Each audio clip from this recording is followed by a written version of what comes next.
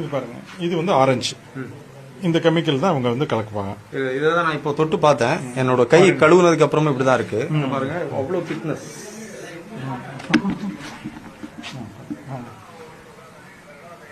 இவ்வளவு ஒரு அடர்த்தியான கலர். இது வந்து உடம்புல என்னென்ன மாற்றம்? இதெல்லாம் போச்சுன்னா நம்ம உடம்புக்குள்ள இருந்து வெளியே வர்றதுக்கே 60 நாள் ஆகுங்க.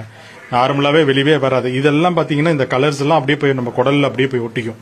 குழந்தைங்க ஆசையா நிறைய குடிக்கும். நாக்கெல்லாம் இந்த கலர் வந்துருச்சுன்னா எல்லா குழந்தைக்கும் காட்டுக்கு விளையாடுவாங்க. ஸோ அது வந்து நேராக பார்த்தீங்கன்னா எடுத்தோடனே குடல்ல போய் ஒட்டிக்கும். மெயினாக வந்து வாய்ப்புண்ணு, தொண்டை புண்ணு, குடல் புண்ணு எல்லாம் ஃபர்ஸ்ட் வர ஆரம்பிக்கும். அந்த குழந்தை அதை இங்கே இக்னோர் பண்ணி சாப்பிட்டுட்டே இருக்காங்க ரொம்ப நாள் இருக்குன்னா அந்த இது வந்து அந்த கெமிக்கல் பார்த்தீங்களா அது வந்து அப்படியே கேன்சராக மாறிடும். கேன்சராக மாறிடுச்சுன்னா அடுத்தது இறப்பு தான் வர ஆரம்பிக்கும். அதே வந்து இது வந்து சில டைம் இது வந்து இப்போ அன்ஹைஜீனிக்காக ப்ரிப்பேர் பண்ணியிருக்காங்க அப்படின்னா இதில் ஏதாவது க்ரோத் இருந்ததுன்னா பாக்டீரியல் க்ரோத் இருந்ததுன்னா அன்ஹைஜீனிக்காக கை